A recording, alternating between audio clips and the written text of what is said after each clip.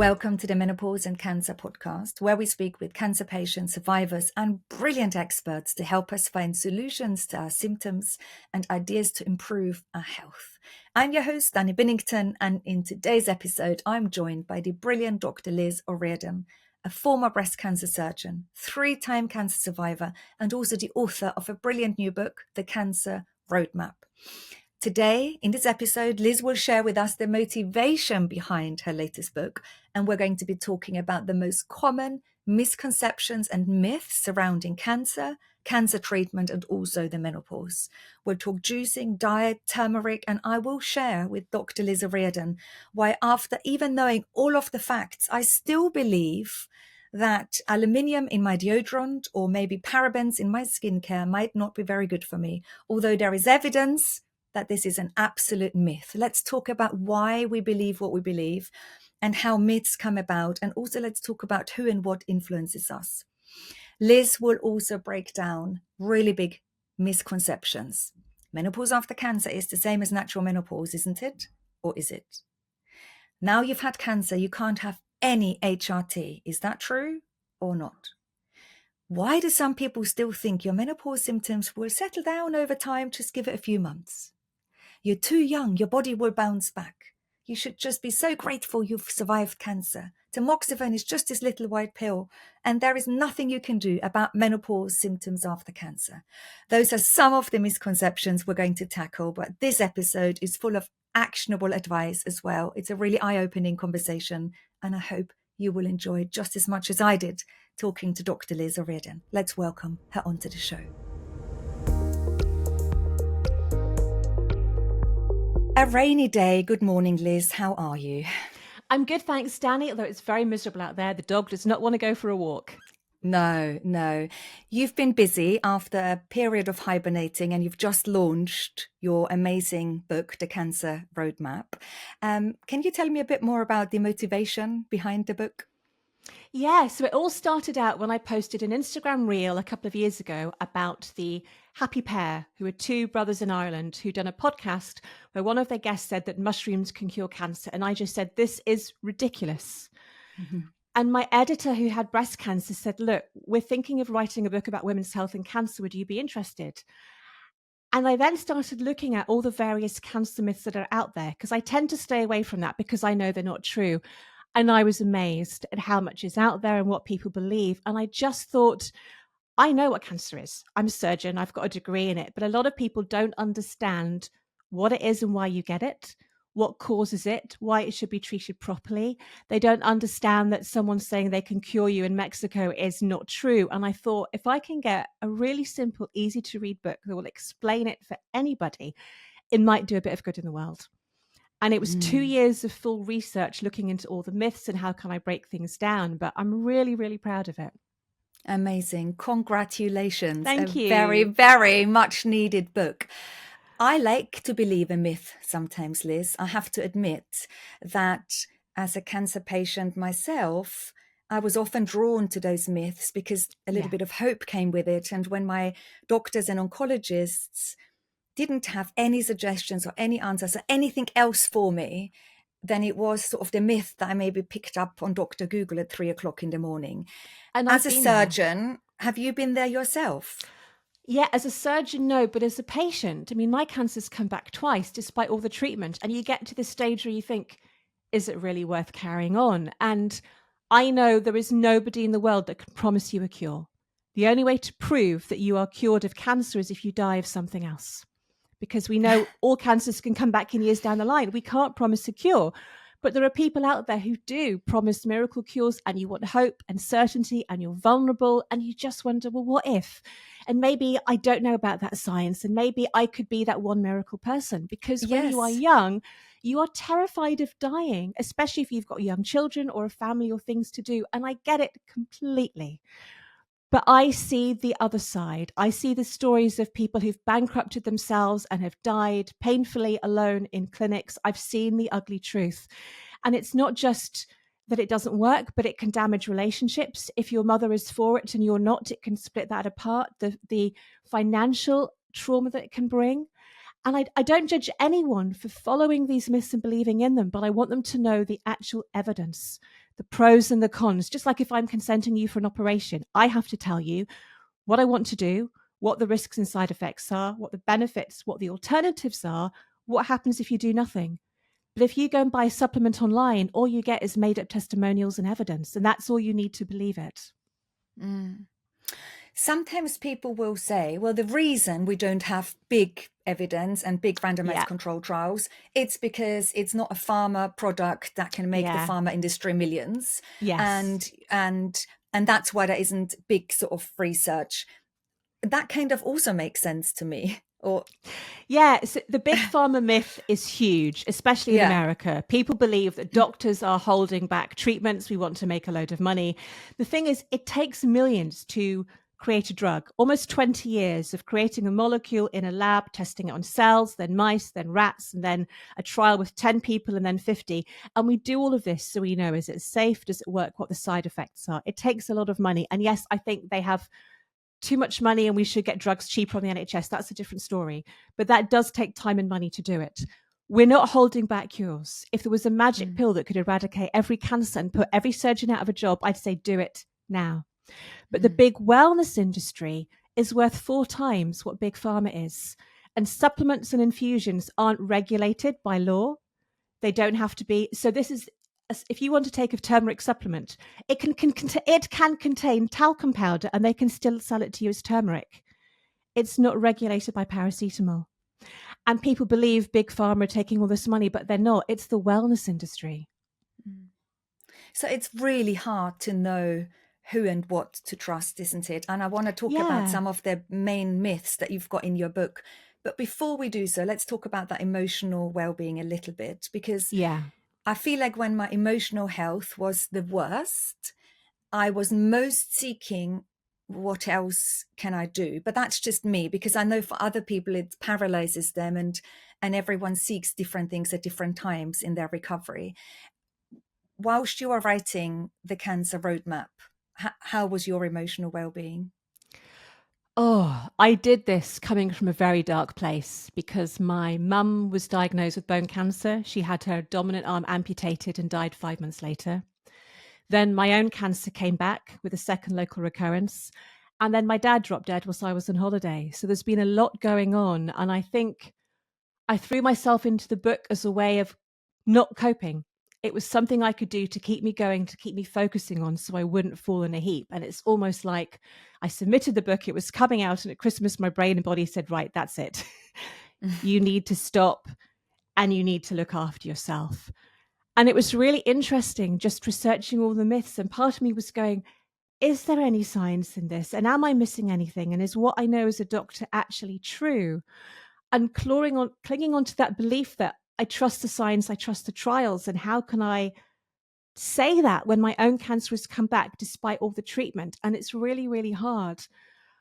I think we don't talk about mental health after cancer and the survivorship and the anxiety and depression and post-traumatic stress disorder. And I think everyone should know that counseling is okay and therapy is okay if you need it. And I've just started therapy again now. And for me, it's having someone anonymous I can dump all my crap on. And I don't need to worry about how they feel when I leave the room. Because if you have that conversation with your husband or your mum or your daughter, you're then, how are they going to feel? And I think having a safe space where you can just offload really, really does help to bring you back to that slightly more rational level. But it's tough. It's ongoing for life, isn't it? And what you said is so interesting, because there is probably no big evidence that that is the truth. But from my own experience as well, after heightened times of working on a project and working really hard, or doing something that is hard, or looking after others in my family where things Yeah. aren't easy, sometimes when maybe you complete the project or you get better, it's almost as if the body goes broom, right? And this is Yeah. a little bit of what's happened to you. And I've had a very similar experience very recently, and I've just come down with the worst cold. Literally from the Yeah. moment I sent press on my email and a big project was completed, I just went flat out. And that Yeah. is a very true experience to me, and I can see it in others. And I think when I was first diagnosed, I had a very lovely body for cancer to really take place, because I was running on empty and I had nothing left to give and I hadn't slept in years. And so probably my whole immune system didn't really have much to fight the cancer that was Yeah. growing. And so those things make so much sense to me, although there's probably also not a lot of big evidence out there that that is the truth, right? And that is why we get cancer or why we get ill. It's a hard one to get a head around, but you have to trust and look up, listen to your body, don't you? Yeah. And I think it's remembering, so take breast cancer, it can take 5 or 10 years for one breast cell to become a cancer you can see or feel. It doesn't grow in 3 months because you've suddenly had a mental breakdown. This is a process that's been going on for years and years and years and years and years, generally for most cancers. But I do think we're not very good at self-care when we're busy. When I was writing the book, I wasn't going to the gym, I wasn't eating healthily because I've got the deadlines to meet. And I think that can sometimes be a trigger to say, look, it's easier for something to grow a bit quicker, maybe, we don't know. But if you think, well, I had a breakdown or a divorce last year, that wasn't the cause, because cancer will have been developing for a while. But it may just be you don't have the energy to help to control it or slow it down because you're not eating well, you're not looking after yourself, you're not sleeping. We know all these things aren't good for us. Yeah. When we start addressing some of the myths from your brilliant book, yes, which ones are your favorites? Like when you research them, which ones surprised you? Like I know we've prepared which ones we want to talk about, and I just think they're all brilliant. And actually, I need to tell you, when we talk about bras, I need to tell you about my children. I'll tell you later. But which ones surprised you when you were researching them and you thought, oh, I didn't quite. Was there anyone? I think the biggest for me was that sugar causes cancer and you need to cut out sugar to cure it. And that's been on some really big influencers, podcast people saying it. And I thought, this is absolute nonsense. And what people don't realize, it's not true. It's based on bad understanding of a Nobel Prize winner's theory in the 1920s. And I go into it in the book. We don't need basic science lessons here. But people tell you that you've damaged your mitochondria and it's your fault for living an unhealthy life. And that's why cancer cells use more sugar. It's not true. Firstly, everything you eat is sugar, apart from protein and fats. Celery gets broken down to sugar, just like a donut does. It's all the same source when you digest it. So we know we should eat less very sugary foods like donuts and cakes and biscuits. We shouldn't eat a lot of them, but all the fruit and veg and grains is still sugar when your body breaks them down. And if you cut sugar out of the diet and you go carnivore, then your body just uses protein and fat for energy. So when people on a hunger strike, they start breaking down their muscles, and your heart and your lungs have muscle tissue. It's nonsense. You need a good, healthy, plant-based diet to recover and heal from cancer. So, Liz, I want to understand the sugar thing, though, because what we do know, let's talk about it, because otherwise I think people might think, oh, do I believe it or not? And they just do what people do, what they want to do, right? So the problem with this long-term, yearly, decade-long exposure to lots and lots of high sugar spikes throughout, yes, does it cause higher levels of inflammation in the body over decades? And is this the issue we have? Because we have an issue with our modern Western diets, don't we? Yeah. Okay. So firstly, glucose spikes, I don't think glucose spikes have anything to do with it. I think you normally get a glucose spike when you eat a lot of sugar. That's irrelevant. Your body maintains your blood sugar level to very strict parameter. Otherwise you die, unless you're diabetic. The problem is if you eat a lot of processed sugary fatty foods, they're not good for the body and they can cause a state of chronic inflammation and obesity. And it's that chronic inflammation and obesity that do increase the risk of cancer, a risk of 13 cancers. That's the thing that's doing it. I believe in the 80-20 rule. We all know what we should be eating. Ideally, cook our meals from scratch and a load of fruit and veg on the plate, but that takes time, energy, money. It's a luxury for a lot of people. I believe 80-20. If 20% of your weekly food is a microwave meal, or you have a donut or a glass of wine at a party, that's fine, because it's part of a healthy, balanced diet. If it's all you eat, then that chronic inflammation can build up. But I will still have a cake or a donut or a glass of wine. I've had cancer. The actual impact of diet on your cancer risk is really, really small.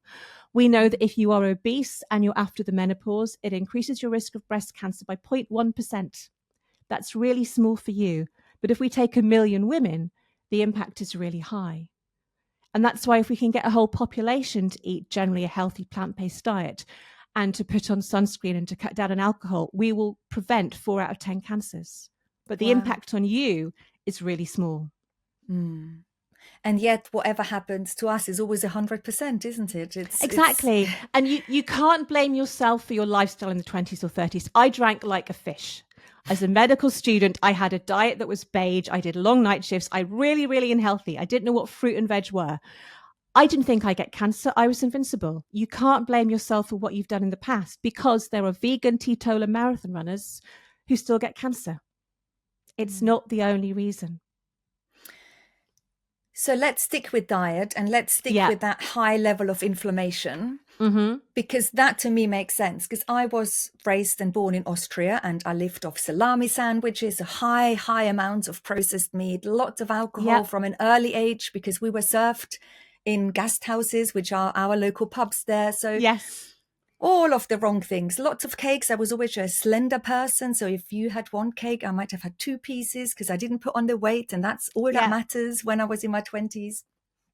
Cured my hangovers with, cheese and bean sandwiches. Yes, fry-ups. And that's fine. I digested that very well. So that chronic inflammation was definitely part of my lifestyle from my teenage years up until I was diagnosed with cancer. Turmeric is meant to lower that chronic inflammation a little bit in the body, or it helps with the immune system as well. So doesn't it make sense that a lot of the cancer folk look towards turmeric? And I'm not even talking about the menopause where it could help with joint ache. Let's talk about that later. So why does turmeric feature so heavily when we talk about a diet for cancer survivors? So there are lots of studies that have been done in cells in labs that believe that turmeric can kill cancer cells in a laboratory. Now, a cancer cell in a laboratory is not the same as a study in a mouse or a study in a human. There are no studies that have been able to prove that turmeric can cure any cancer. And when they say turmeric can cure cancer, there are over 200 different types of cancer. There are 13 different types of breast cancer. There's not one drug that can cure them all. They sell it on the anti-inflammation thing, and while it may have an impact on the side effects, so the aches and the pains, and it may help with that, it is not a cancer cure. But turmeric can interact with several cancer drugs like tamoxifen. We don't absorb a lot of it. So a turmeric supplement is like taking 5 huge jars of turmeric cooking powder a day. Most of it ends up in the toilet because your body can't absorb it. So what they do is they add in things like piperine, which comes from black pepper, or they use the curcumin, which is a strong extract, just to help your body absorb even more of it. But they're adding unnatural chemicals to this. And most of it still ends up in the toilet because your body can't absorb that high dose that you think you're getting. So it's fine as a cooking spice. And if you're not taking tamoxifen, it's probably fine for you to take it as a supplement, and it might make you feel better, but it's not going to cure your cancer. However, and it's illegal to advertise a supplement as curing cancer, but they get around it. And I think people are spending an awful lot of money on anti-inflammatory supplements where you could be having that in your diet by having blueberries and strawberries and raspberries, which taste much nicer, and you're not swallowing tablets. But that boost you get from taking a pill that's going to cure you. And that also has a wellness placebo effect. Because if you start taking a turmeric supplement, you might think, hey, I'm going to feel better, so I'm going to start having smoothies and I'm going to start exercising because I've started a new health kick. And it's that that's making the difference, not the turmeric that's going down the toilet. So take it for the right reasons. And looking back, nothing I've ever done in isolation really probably made the biggest difference, but there was always a knock-on effect of maybe positive or negative behavior, and then another positive behavior added, or negative one, and then that's when you start to either feel better or worse, isn't it? It's exactly mainly a few things that you layer. And I think it's also being aware that any supplement you buy may not have what it says. I said this, they tested 30 Amazon supplements that were sold. 13 did not contain what they were meant to. And I can go to an Eastern European factory and create a turmeric supplement for 50 cents. And I could sell it for 50 euros and it's just talcum powder. And I don't need any evidence to prove that it's doing what it says. This is how unregulated the supplement company is. So if you are buying them, please get them from a reputable source.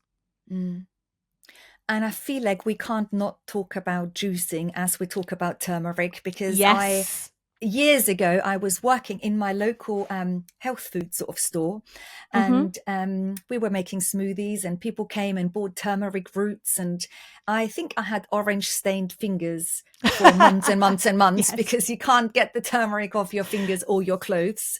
No. And then their latest documentary, which we don't even want to mention the name, it's so upsetting, isn't it? So no airtime maybe for it, but juicing, or talk about it, celery juicing. Yeah. What's going on there? I actually think the documentary is brilliant because it highlights the reality of what happens when people use alternative cures. And juicing started from a guy in the 1920s called Max Gerson, who believed you have to juice 13 kilograms of vegetables a day, one fresh juice on the hour, every hour for 13 hours, and give yourself 5 coffee enemas. And he told people to not have any chemotherapy, any surgery, and trust juicing. He's cured about 3 people. There is no evidence, but people believe this. And there are cancer patients who have used juicing instead of chemo after surgery, making millions and millions of dollars, selling this as the cure. Now, whilst a juice a day is great because it's a good way of getting in fruit and veg, there's no fiber. You need fiber for your gut from your microbiome to reduce inflammation. You're not getting the protein, the fat, the calories you need. And there was the case of a former model called Irina Stoyanova who had non-Hodgkin's lymphoma. And she believed in American influencer and she juiced for 2 years instead of chemo. She lost 20 kilograms. She was hallucinating. She ended up in hospital on death's door when she finally realized, okay, I should have had the chemotherapy. And 50 days later, she's now in remission. But you get lured by these testimonials. I could be that person. It's easy. I can just juice. And it is so dangerous. Let's talk about bras and deodorants, Liz. Come on now. Because one of my daughters came back, she is 14, from school, and she said, Mum, it was so embarrassing. I said in school that deodorants cause cancer because I think you told me, and I was wrong. I ticked the wrong box, and she had a go at me, and we laughed. So yes, I clearly need to be educated, or I will tell you my thought processes. Tell me first. You tell me your thought processes, and then I'll. My thought processes are always that if deodorants, for example, contain things that aren't great for our skin, like some of the ingredients, I can't remember any of them, but remind me of some ingredients, aluminiums, for example. The aluminiums, right? Yeah. The aluminiums, for example. And then I think, and my skin is the biggest organ in my body. So a lot of the creams my kids might buy in Primark, or, you buy off the Nivea brands on the shelves in Boots, that's my biggest organ. And I put more chemicals on my skin. And then I put my face creams on, and then I wash my shampoo. That's a load of like mini toxins that I could absorb, and then through a lot of ultra processed foods, and then even through plastic bottles. Like, I'm just thinking, if I don't watch it, there are thousands of different ways in which in a month I could absorb microtoxins, including my deodorants, including the plastic bottles in the water, including food, ultra processed food. So to me, it always made sense to stay away from all of them as much as I can. Okay, that sounds exhausting and a lot of worry, and you don't need to. So there's 2 things to talk about here: parabens in chemicals and deodorants. But I'll start with deodorants. Yeah. The theory is that most breast cancers develop in the upper outer quadrant of the breast, which is near your armpit. And that's just because that's where you have more breast tissue. And because the antiperspirants have chemicals like aluminium, they block our sweat glands. And people wrongly believe that your sweat glands are involved in toxins and getting rid of toxins. So your sweat glands are full of toxins because the deodorants are blocking them, and those toxins travel to the breast and cause breast cancer. It's nonsense. It's bad anatomy. Your sweat glands just produce sweat. They have nothing to do with toxins at all. There is a tiny amount of aluminium in antiperspirants. It's how they work. But you absorb a tiny, tiny, tiny, tiny fraction of it through your skin. It's 1/6 of what you might absorb normally just from the soil and everything you eat. And it comes from a study where a professor looked at 40 breast cancer tissues and found aluminium in the tissues. And she said, oh, that's interesting. There's aluminium in the breast cancer cells. She didn't look at normal healthy breast cells to see if they saw them, but someone picked up on this, and a Facebook post went viral saying deodorant is dangerous, it kills you. It is nonsense. The amount of aluminium you absorb is absolutely tiny. You do not block your sweat glands with toxins. That is not a cause of breast cancer. You can use whatever deodorant you like. We ask you not to use aluminium-based deodorants when you go for a mammogram because they can sometimes show up as white flecks, and that can confuse the radiologist when they're reading your scan because cancer is white as well. And we ask you to use natural deodorants during radiotherapy because your skin is so sore, they can be an irritant. That's why. But you can do whatever deodorant you like. It is completely safe. You do not absorb it. And it's the same with, you're talking about the chemicals in the shampoo and the toothpaste. This is a theory that the parabens, which are preservatives, can enter your skin and they can cause breast cancer. So parabens are natural preservatives. You find them in blueberries and coffee and half the foods you eat. What they do is stop bacteria and fungi growing in your toothpaste, your moisturizer, your face cream. They're actually really, really good to stop you getting really, really sick from using them. You absorb about 1% of the parabens in the product, and your skin and your enzymes in your body break that down. So it is 1,000 times less potent by the time it gets into your blood. And the amount that you absorb of parabens from your moisturizer is 1,000 times again less potent than the oral contraceptive pill. And we know that has a tiny, tiny impact of increasing your breast cancer risk. And this is the thing, when you start using clean products, they can't use parabens.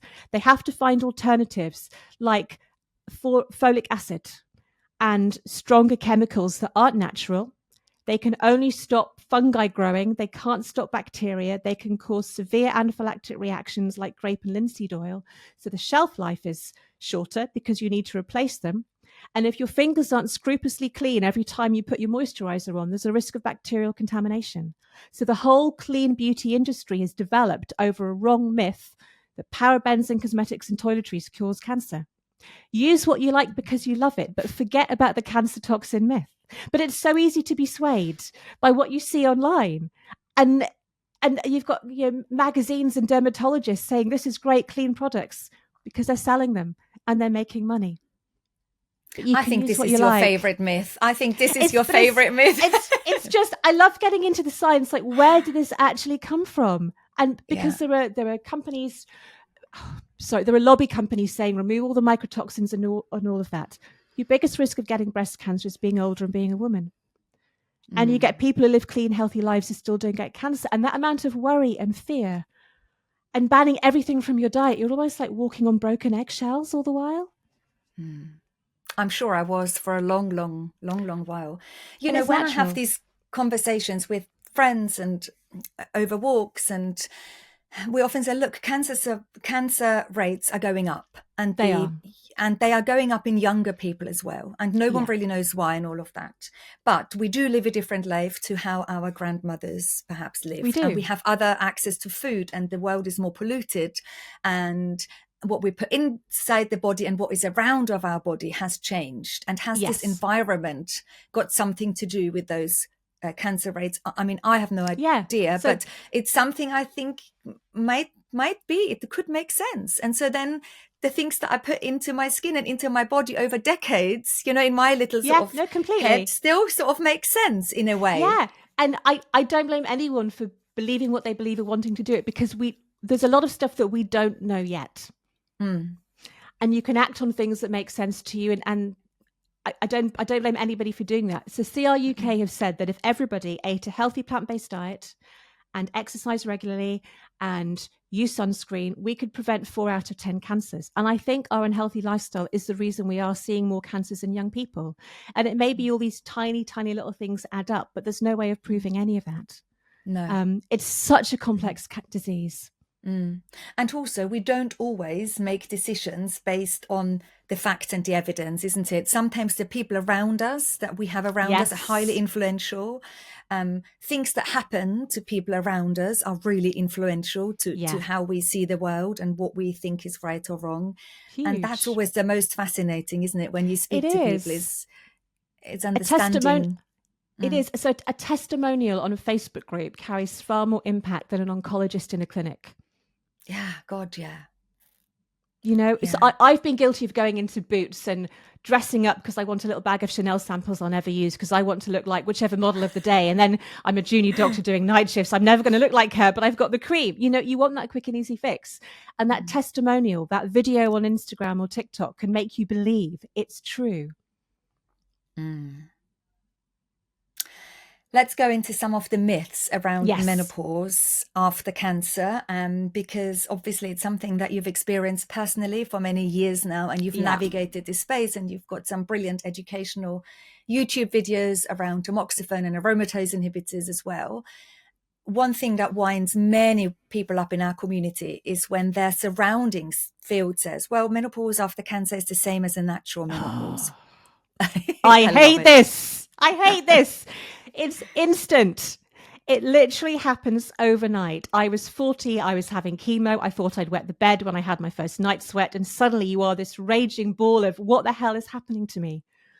And natural menopause, as we know, happens slowly over several years. And women get time to kind of, oh, this and this and this and this. With us, it's instant. You have no choice. You do not know what is going on. Your family don't know what is going on. It is completely different. Mm. I only thought when my first temporary menopause happened, I thought losing my periods is the only thing. Oh, gosh. Yeah, I kind of didn't know then because no one spoke about the menopause. So I'm And so your mum didn't. grateful. Oh God, no. And so I'm so grateful for all these menopause warriors out there, for every single Yes. doctor and celebrity that's spoken about it, because it's woken me up a little bit when I was preparing for my own surgical menopause. Suddenly I thought, oh, my doctor just wants my ovaries. But I hear all these people out there saying it's actually not that easy. And so I started to bridge the gap for myself. And the Menopause and Cancer podcast was born to bring doctors on that weren't even Yeah. on Twitter or on LinkedIn. And it's brilliant. But it's the just not having periods. I literally thought, like, I'm going to lose my hair, I might lose my periods, and that was it. Oh, gosh. What was your menopause experience like? Because it So was I remember mum going into the supermarket every day just to open the freezer cabinet to cool down with the hot flushes. So I knew the hot flushes were a thing.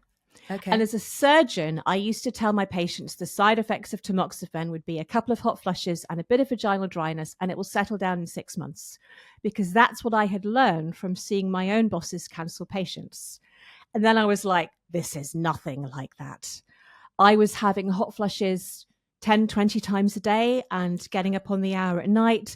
The vaginal dryness, the loss of libido, the loss of sex hormones, the aches and pains in your hands and your feet. There was so much. And I thought, why did I not know this? I was doing Yeah. my patients an injustice not telling them. And how do I not know how to fix this? Because every single patient with ER positive breast cancer is going through this. And I was clueless. And it was just, wow. And I think it's worse when you're young because you're going to be on this treatment for 20, 30 years. You don't just grow out of the menopause in a couple of years. I'm in my 10th year of having these side effects. And it was Wow. just the collateral damage of breast cancer. Well, most cancer treatment is huge and we need to help women. Mm. So the saying, you're young, your body will bounce back. Nonsense. Nonsense. Mm. It's nonsense. Your body needs that estrogen for so many things. And we know that if you are young and you have cancer and you have it's people worry about the risks of HRT causing breast and ovarian and endometrial cancer. Any HRT you have up until the age of your natural menopause is completely fine because your ovaries would have been working anyway. So we almost don't count that. And I think young women should be put on it to keep them as fit and healthy, keep their bones strong. Yeah. If it So, is safe for them to have it. yeah. So a large group of our community have had cancers that weren't hormone Yeah. receptor positive, and they've also got no other medical condition that might prevent them from accessing hormone replacement therapy. In Yeah. our research of over maybe 700 women that are filled in our forms, it's taken them 2 years to understand that they could have HRT and an extra over 18 months to 2 years to access it. And these are young people in their 20s Yeah. and 30s. And I think the myth, now you've had cancer, you can't have HRT, is the top one out there, isn't it, for all cancers, which Yeah. is sadly not true. It could also, and again, I can't give personal medical advice to anyone listening, but I think as a surgeon, you're not thinking about HRT, you're just thinking about getting the cancer out. And the Yeah. oncologist may just be thinking about stopping the cancer coming back with chemo or transplant therapy. They're not thinking about your survivorship. It's often we assume the GP will pick that up. But if you're not told to go to the GP, or the GP doesn't know, or there hasn't been a letter from your oncologist to say give HRT, that's why it can take a long time, Yeah. because everyone's assuming everyone else knows what to do. Yeah. So I think if you are young and you're not on it, you should go and see your GP and say, look, hey, should I be on HRT? So don't Yeah. necessarily blame the doctors for not telling you. It's not on our radar. It Mm. wasn't on my radar as a breast surgeon, but we do But need to help people. But how can we change the system, Liz? That's what we've been trying to work out. No, I If know. someone I says to think, me, what are your aims at Menopause and Cancer, the not-for-profit organization, not the podcast now, is like we have a yeah, 5 at a 10-year goal. And, younger people are getting diagnosed, like we said, more women or people with ovaries are getting diagnosed. The problem is just going to increase. yeah. And The key, how do we change cancer survivorship yeah, or what I do we think do? Like, it's always been patients speaking up and shouting and saying this isn't on, and that is how you make people listen.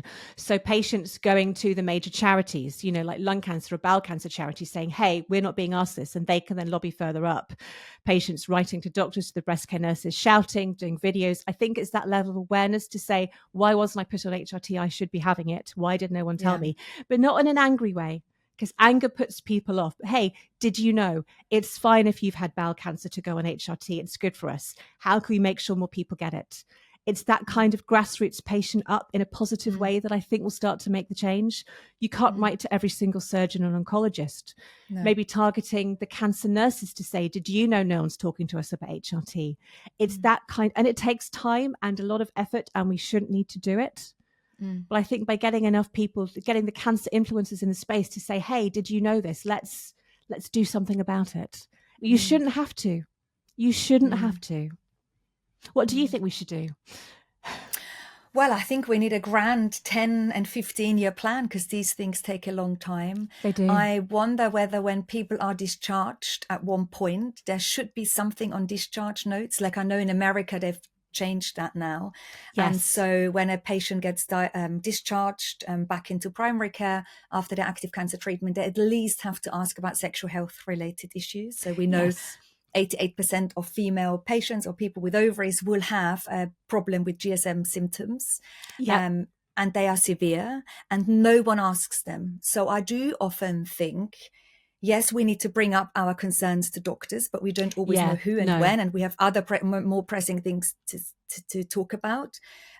But the medical professional will need to step in and ask us, because those treatments have given debilitating symptoms in many cases, and no one asks us. So that pathway needs to change, maybe.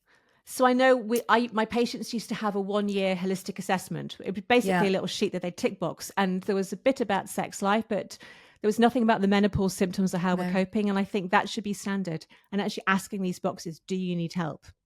Yeah. And actually, we should go further. I think we should tell patients when we put them on these drugs or give them these treatments to say, you are going to experience all of these symptoms, and there are things we can do to help. We need to pre-warn them, not wait for them to come. It's not good enough.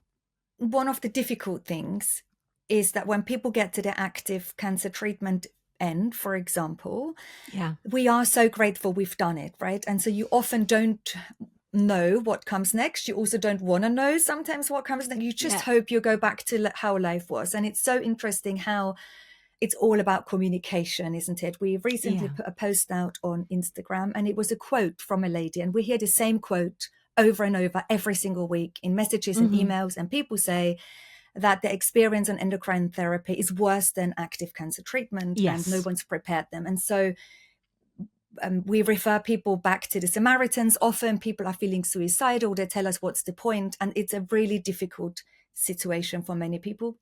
And so we put a quote out, and many people said, that's really unhelpful. I'm going to unfollow you now. That's really not positive. It's just not constructive. You shouldn't put a quote up like this.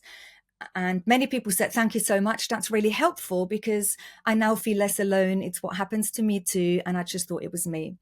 And 2 weeks later, we put a quote up saying, what is your experience like? Tell us your experiences. And All of the experiences, 150 messages were like that. And it's all just a matter of communication. But I think we're so grateful in a lot of places and many people that we've survived. We feel like we shouldn't complain. It's now just the menopause. And it makes sense, isn't it? It's not life-threatening. In many cases, people aren't suicidal, thank God. And so should we even bother and campaign and do all of this? Well, actually, it's, it's hard, isn't it? I didn't get it as a surgeon because I based my success on pretty scars and no recurrence rates. But then you become a patient and you realize, what is the point in having the best medical care the NHS has to offer if I am miserable? We know anecdotally that up to a half the women don't take their hormone blockers regularly because of the side effects. We don't tell them how to cope with them. It ruins lives, physically, mentally, your intimate life. I hate it. And I've thought about flushing my own tablets down the toilet because they make me feel so miserable. And I know how much I need them. And it's not good enough. And I think there are a lot of women who just sail through and they don't have a lot of symptoms. And often it's the people who complain who are on Instagram, but they have a voice, they need to be heard. And I really think we have a right to complain. The collateral damage can destroy our lives, ruin our quality of life. And there's no point me treating you if you're miserable. And I really think any woman or man being put on hormone blocking therapy should be told, you could get these side effects for life. These are the things we can do to help treat them. There's the lifestyle factors, there's the complementary factors, there's drugs. There are help available because we get how hard this is. You don't want to bother your doctor. I'm lucky to be alive. I don't want to complain, but you should, because this is your life. And it's not on to sit back and accept it. Where's the research in helping people with the side effects of tamoxifen? There isn't any. It's just, you're lucky to be alive. And it's wrong. So thank you for raising this awareness. As I said, there are some women, they don't want to hear it. They're too scared. And I get that. The beginning of your journey, you don't want to know how bad it's going to be. You hope you're not one of them. But there are lots and lots of women who are struggling. So the flip side of all of this is that we also know about a quarter of people never even start their endocrine therapy. And I think that's a big number. And we need to be really differentiated, isn't it? I think a lot of people understand maybe that their true benefit is really small and they make a very informed decision. And they've had several appointments with several doctors. Like I've hardly met a person who made a flippant decision about it. It's usually a long process of many months. And some people say, look, my benefit was only 1%. It's not worth it for me. Exactly. And so they might fall into that 25% bracket, but a proportion of people might just be scared. And so by warning people before it's going to happen, is there a risk that we scare people off of a treatment that might be really important for them? It's hard. So when you start the treatment, you're given a leaflet to tell you what the side effects of the drugs are. And you should be told what the risk of the drug is. It's all scary. Everything about cancer is scary. It's scary anyway, yeah. And I think you take it for 6 months and just see how you feel on it. Give it a bit of time. And I think knowledge is power. Knowing what might happen means if it does happen to you, you can then ask for help. It might not. It's like when you take paracetamol, do you read all the list of the side effects that can happen or do you just take it? And a lot of women won't want to know that. But for some people, especially the young women, I think knowing what might happen and knowing there is help available will help them stay on it. Personally, as some people may not want to, everybody is different. It's like you and I would want very different information at very different times of our journey. But I think telling women this might happen, and if it does, this is what you do for help, is the way ahead. So they don't feel alone, and they know they're not alone. They know this is normal. The other myth is, but I don't actually think it's a myth. Well, I'm in two ways. Sex and intimacy are over after cancer. And when you're being thrown into menopause, is it a myth or is it actually the reality? I think maybe it's the reality. I know there are many things we can do and I spoke about it, but it's tough, isn't it? It is. And I think you've got the impact of scars and body changes on you and how you accept yourself. I wouldn't let my husband look at me naked for 6 months after I had my implant taken down because I hated the ugly skull. I didn't want him to touch me. And you can't be intimate with someone else if you can't accept yourself and how you look. And that's where I think a lot of kind of masturbation and self-exploration, just to discover that you can still be an intimate being, you can still orgasm. You have to learn to like yourself to relax with another partner. Mm. I found it very hard for my husband to understand what was happening to me, and he's a surgeon. And actually, that's why I wrote the chapter in my first book explaining it so partners can get it. It's not that I don't fancy him, it's that my body doesn't work. I don't get wet. I have no sex hormones. I never actually want sex. And that's really Yeah. hard to explain. It's really hard to navigate. It is, because they think it's their fault. That you watch Fleabag, nothing happens. Nothing happens. And it's, there are ways of being intimate, outercourse and intercourse, and lubes and dilators and all sorts of things you can do, but it almost becomes something you plan in the diary. It's been 2, 3, 5, 6 months. You often need to start the foreplay because your partner is scared. They don't want to hurt you. Relationships can break up. People can divorce. Husbands are sleeping in separate rooms because they're scared of hurting or catching. It's really, really hard. I never talked about sex with my patients, but now I'm going to ASCO to talk about sexual health in cancer patients at a massive conference in the States, because we are waking up that sex is a basic human need. And it's even worse if you're young and you're single, you're not dating. We need to help men and women get their sexual lives back and say, it may be different, but if you want to do it, there are things we can do to help. Vaginal estrogen is safe. That can help with the dryness. But we just need to start talking about it. You may never want it again. I never want it again, but I know it's an important part of my relationship. And there's that compromise and that give and take and working out what is right for you. But we need to tell anyone treated with cancer, this is going to affect you. Yeah. And there are sexual therapists or psychologists. There is help available for you. Please don't suffer in silence. I wonder, everyone listening to our conversation, what they think. Is it a truth for them at the moment? I'd love sex to know. and intimacy is over, or is it they think it's a myth and they're going to work on it? Like, I just, I know if some I could poll people, I'd love it. Like right now, yeah. I know some people have suddenly felt really, really horny during chemo, and they needed that intimacy. And actually, I need to be connected. I need that because I feel so alone. We just need to talk about it, but make sure there is help available for people who want it. But also, we don't know. So we don't know what happens to the sex life of normal people who are menopausal.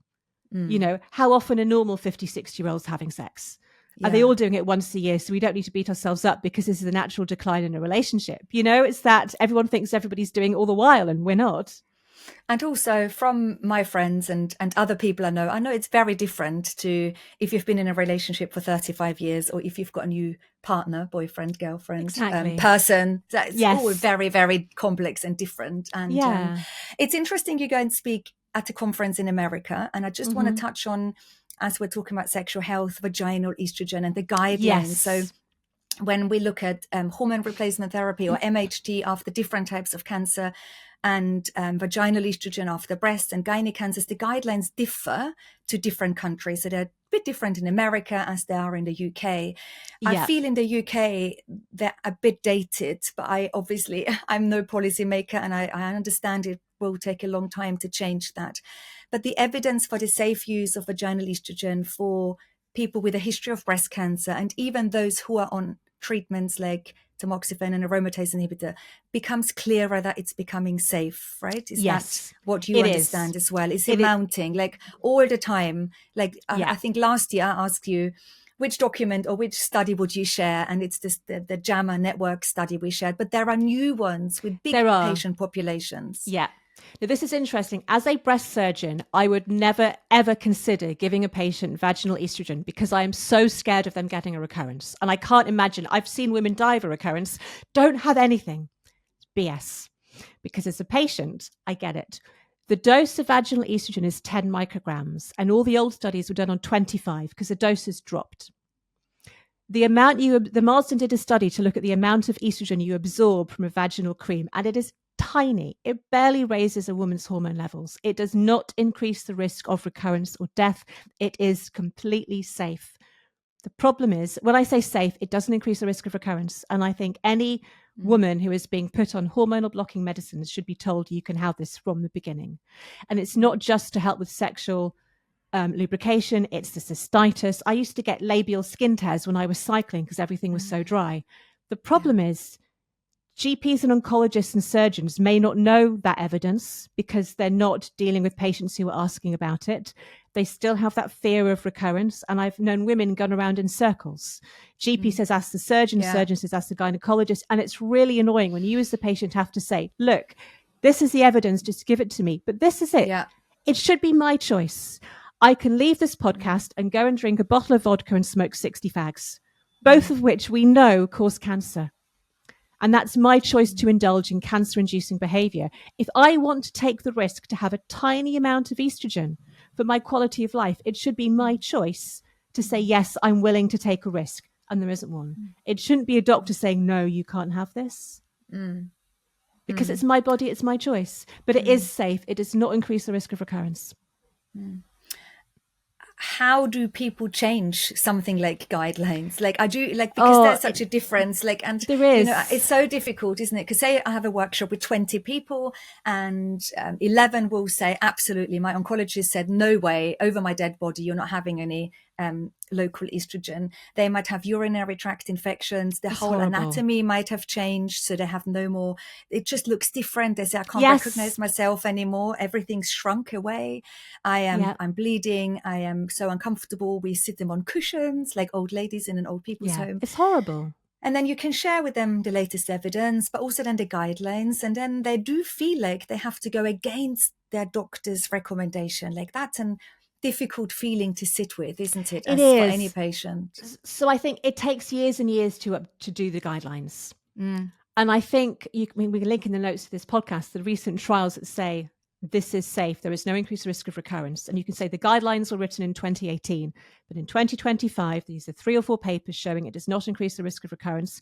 You take those to your oncologist won't like you bringing information to them, but you take them to your GP or your oncologist and say, this is the latest research to show it's safe and it's my body. I should be able to take that choice, you know, and is me having a tiny, tiny bit of estrogen better than me not taking tamoxifen because it makes me feel so bad? This is a choice. Tamoxifen is going to do far more to stop my cancer coming back. And I think it's just having that open discussion. It's my choice. I should be able to have this. It's really, really hard. And I know doctors don't like hearing what I'm saying, but they need to learn. We are ruining women's lives. And if they don't get it, then they're going to stop taking tamoxifen or aromatase inhibitors. And it's not fair. Thank you, Liz. I've talked too much, haven't I? No, you haven't talked too much. It's been absolutely brilliant. And actually, I have more questions and more myths that we didn't get to tackle. But I love it because you have feelings and you have hopes of what you believe and you have belief systems, and then you learn something new and then you need to get your head around it, don't you? And sometimes you need to do a U-turn and unlearn to relearn. And what I've said today may be very different in 5 years if evidence comes to light. But if anyone looking at any myth, before you believe it or spend money, go and double check on a reputable website like Cancer Research UK or the American Cancer Society. And if you can see that myth on those 2 websites, then you know it's true. If it's not there, you know it's false. And obviously we can go and purchase your book, and I'm going to put the Amazon link in the show notes, because you've summed it all up, because all of that research online is exhausting as well. And so it's all in your book if anyone is interested. Liz, thank you so much for your time today and your brilliant brain space that you're sharing with all of us survivors. Thank you. Thanks, Danny. What a brilliant conversation with such a great, great woman. I am thinking here about how to wrap this conversation up. I think what's most important for me is to encourage you to think about your whys. Why are you drawn towards a supplement, a lifestyle change, a diet, a juicing diet, a cleanse, whatever it may be? Why are you drawn to it? Is it because you have heard or you are hoping it could reduce your risk of a cancer recurrence or your cancer spreading? Or is it because you want help with a symptom management like a hot flush or maybe a joint ache?